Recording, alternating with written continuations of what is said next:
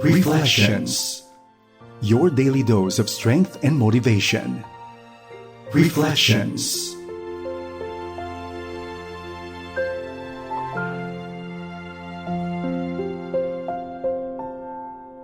Isang mapagpalang araw sa iyo, kaibigan. Kumusta ka na? Salamat po sa inyong buhay, salamat po sa inyong pagsama at pagsuporta, panalangin at encouragement po sa ating team dito po sa FEBC Radio TV sa loob ng maraming panahon. And we'd love to especially thank you for your partnership, your prayers, your support sa ating pong ministeryo nitong mga nakaraang araw at nitong mga nakaraang taon. Alam ko po marami sa inyo ang nananalangin at patuloy na sumusuporta sa ministeryo ng FEBC at dalangin po namin na kayo ay patuloy na mabiyayaan ng Panginoon ng mga kwento ng buhay kung paano naging totoo ang kapangyarihan at kadakilaan ng Panginoon sa ating buhay. Ako po si Ruzela Ramadizon, samahan niyo po ako sa ating pong pagbubulay-bulay sa 1 Corinthians chapter 10 verse 31.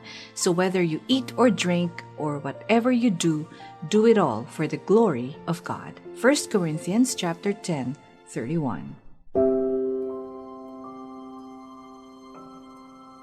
Kumusta na po ang pasok ng bagong taon sa inyo?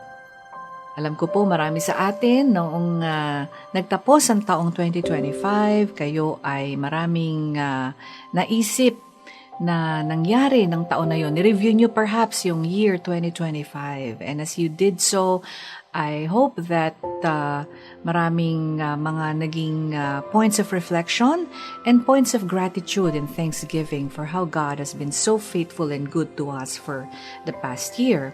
And as we welcome this new year, alam ko po marami rin sa atin ang nagnanais na patuloy na maging biyaya, patuloy na maging pagpapala, daluyan ng kadakilaan at kabutihan ng Panginoon sa pagpapatuloy ng taong ito.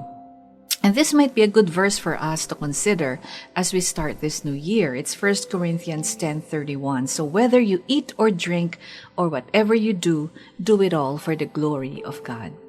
Madalas na po nating naririnig yan, and I'm sure na yung iba sa inyo kabisado na yan. Pero this year, may it become a new way of life for us. May this become truly a new way of living for us, that whatever we do, whether we eat or drink, no? Sabi po rito, these are the very basic, everyday things we do. And Paul reminds us that even in those things, we can do it for the glory of God. Minsan po, madalas, yung mga kasinungalingan na binibigay sa atin ng kaaway is that we can only be significant. We can only serve God and serve Him, His glory, if we do great things for Him, if we do XYZ things for Him, if we do this and that, then our life would be significant, then our life would matter, then our life would be beautiful. But this verse is telling us that even in the mundane, even in the basic things like eating or drinking, which is something we do without even thinking, we can do it for the glory of God. Whatever choice we make, let's do it to glorify God. In this way, we can keep our conscience clear. Whether tayo po ay naghahanda ng pananghalian, ng agahan, or making a business deal, whether we are typing, whether we're taking calls, whether we are in customer service, an engineer, a doctor, a lawyer, a teacher, a housewife, a student, a child, playing, most especially in our free time, whether we're playing sports or leading a team or raising kids, whether you are taking a test or studying, or whether you are caring for your loved ones, no matter what we do. Ang sabi po dito sa verse na to, the core desire should be to love God and love others. And every decision should exemplify that love. For every decision we make, tanungin po natin, am I loving God with this decision? Am I loving others with this decision? And is the decision I'm about to make, will it glorify the Lord? Every time po we ask ourselves, does this decision honor God? Is this choice the correct one, full of integrity?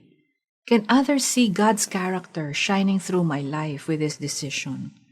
Will my decisions draw people closer to God or pull them away from Him? Ito pong panimula ng taong ito, no matter what situation we are in, God has given us His Word, His Holy Spirit, and His people to help us discern our next right thing. So when making decisions, my friend, let's seek to honor God to the best of our ability and then just trust Him with our choices. 1 Corinthians 10:31, so whether you eat or drink or whatever you do, do it all for the glory of God.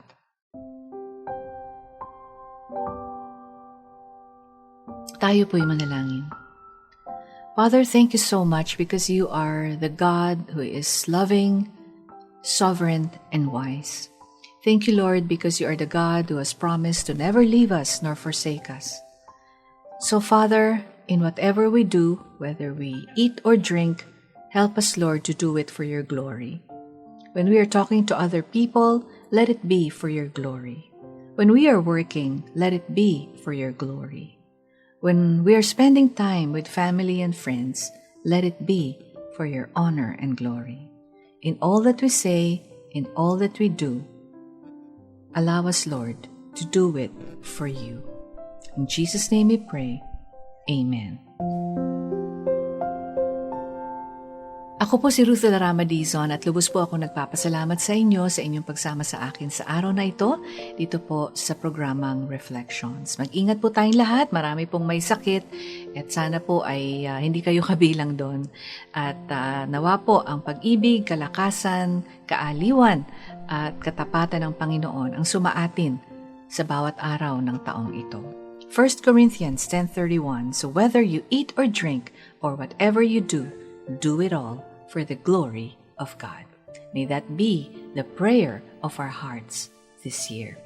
Hanggang sa muli po, pagpalain po tayong lahat ng ating Panginoong may kapal. Reflections. Your daily dose of strength and motivation. Reflections.